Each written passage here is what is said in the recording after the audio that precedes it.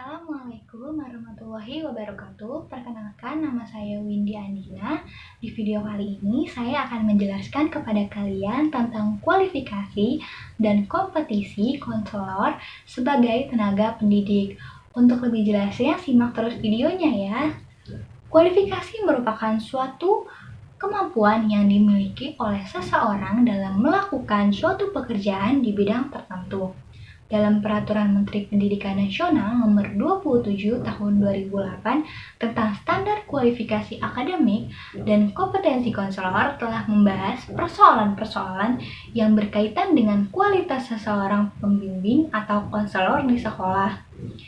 Keberadaan konselor dalam sistem pendidikan nasional dinyatakan sebagai salah satu kualifikasi pendidik yang sejajar dengan kualifikasi guru, dosen, dan instruktur yang ada pada Undang-Undang Nomor 20 Tahun 2003 Pasal 1 Ayat 6.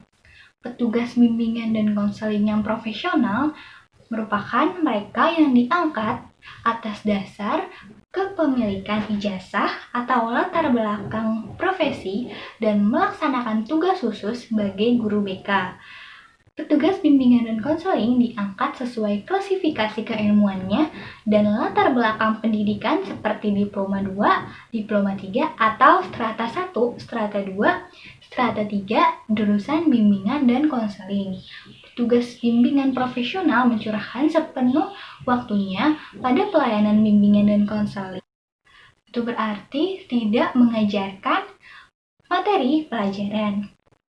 Konselor merupakan tenaga pendidik profesional yang telah menyelesaikan pendidikan akademik strata 1, program bimbingan dan konseling, dan program pendidikan profesi konselor dari perguruan tinggi penyelenggara program pengadaan tenaga kependidikan dan terakreditasi.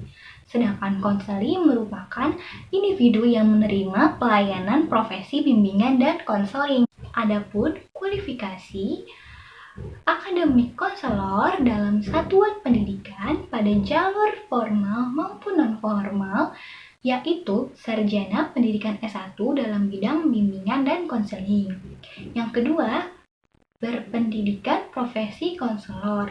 Setelah kita membahas kualifikasi, kita akan berpindah membahas kompetensi. Kompetensi itu merupakan pendidikan khusus untuk memperoleh suatu keahlian.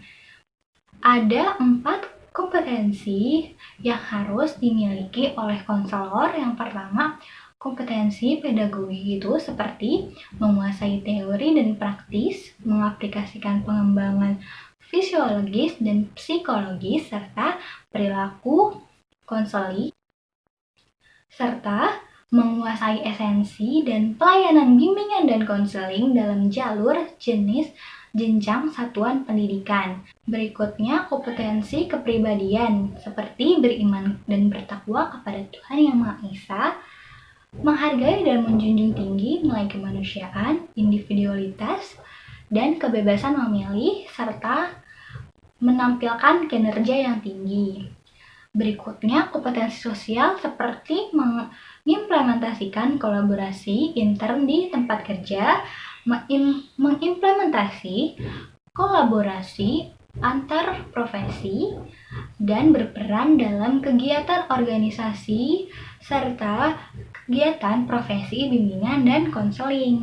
Kompetensi profesional itu contohnya menguasai konsep dan praktis asesmen untuk menguasai kondisi, kebutuhan, dan masalah konseling, menguasai kerangka teoritik dan praktik bimbingan dan konseling, merancang program dan menilai proses dan hasil kegiatan bimbingan dan konseling. Sedangkan kompetensi dasar yang harus dimiliki konselor dalam melaksanakan kurikulum berbasis kompetensi yaitu penguasaan wawasan dan landasan pendidikan, penguasaan konsep bimbingan dan konseling, penguasaan kemampuan asesmen, serta penguasaan kemampuan melaksanakan berbagai strategi layanan, bimbingan dan konseling, dan mengembangkan program, serta penguasaan kesadaran etik profesional dan pengembangan profesi serta pemahaman konteks budaya dan agama.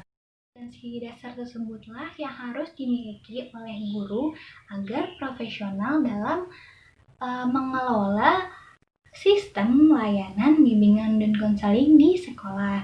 Sekian dari saya, kurang lebihnya mohon maaf. Wassalamualaikum warahmatullahi wabarakatuh.